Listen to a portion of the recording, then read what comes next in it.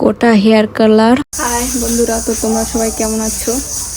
Radish brown কালারটা। আর এই কোটা hair কালারটা হলো এটা থাইল্যান্ডের একটা ব্র্যান্ড, যেটা আমি অনলাইন পেজ থেকে অর্ডার করে আনছি। প্যাকেটের ভিতরে গ্লাভ ছিল দুটা অ্যান্ড ম্যানুয়াল ছিল। আর এটা টোটালি উইদাউট ব্লিচ আর ডেভেলপার ছিল। তো এইটা হলো আমার চুল কালার করার আগের একটা লুক, যেটা হেয়ারের। অ্যান্ড কালার করার পর দেখি কিরকম কালার আসে। তো আমার চুলের জন্য যতটুকু প্রয়োজন আমি ততটুকু নিয়েছি। অ্যান্ড নিয়ে প্রায় আমি এটা ভালো মতন মিক্স করছি। অ্যান্ড এটা আমি প্রায় 10 মিনিট রেখে দিয়েছি। মিক্স করার পর আমি 2 হাতে ভালো মতন গ্লাভস পরে তারপর রাবার দিয়ে পেঁচিয়ে নিচ্ছি, যেন গ্লাভসটা খুলে না যায়।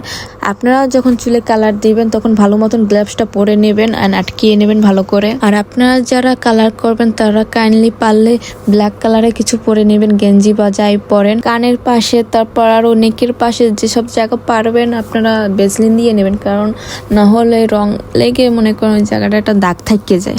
ম্যানুয়ালে লেখা ছিল 30 মিনিট মতন রাখার, কিন্তু আমি যতটুকু দেখছি রিসার্চ করে তো 30 মিনিটে না সেরকম একটা ভালো একটা রেজাল্ট পাওয়া যায় না। তো আমি ওটাকে টোটাল 1 ঘন্টার মতন রাখছি। তো 30 মিনিট রাখার পরেই না আমার চুলগুলো না গরম হয়ে উঠতেছিল।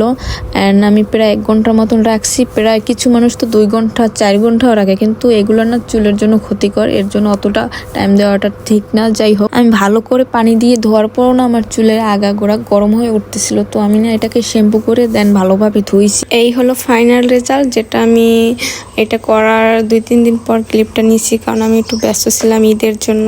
অ্যান্ড উইদাউট ব্লিচ এর থেকে ভালো রেজাল্ট আই থিঙ্ক আমার মনে হয় না পাবেন, কারণ ব্লিচ কতটা ক্ষতিকর চুলের জন্য সেটাও আপনারা জানেন। অ্যান্ড এটা হয়তো ব্লিচ দিলে হয়তো এক্স্যাক্টলি যেরকম দেখাইতেছিল ওই রকমই আসতো, কিন্তু ওটা চুলের জন্য ক্ষতিকর। দ্যাটস ওয়াই আমি ওটা ইউজ করি না এক্সট্রাভাবে। আমি জাস্ট আপনাদের এক্সট্রাভাবে আমার একটা ভিডিও ক্লিপ দেখাচ্ছি, যেটা সন্ধ্যাবেলা নিচ্ছি, যেটা চুলের যখন চুলের উপরে রিফ্লেক্সটা পড়ছে রোদের, তখন অন্যরকমই একটা ভাইব এসেছে, অন্যরকমই একটা কালার এসেছে, যেটা আপনারা দেখতে পাচ্ছেন।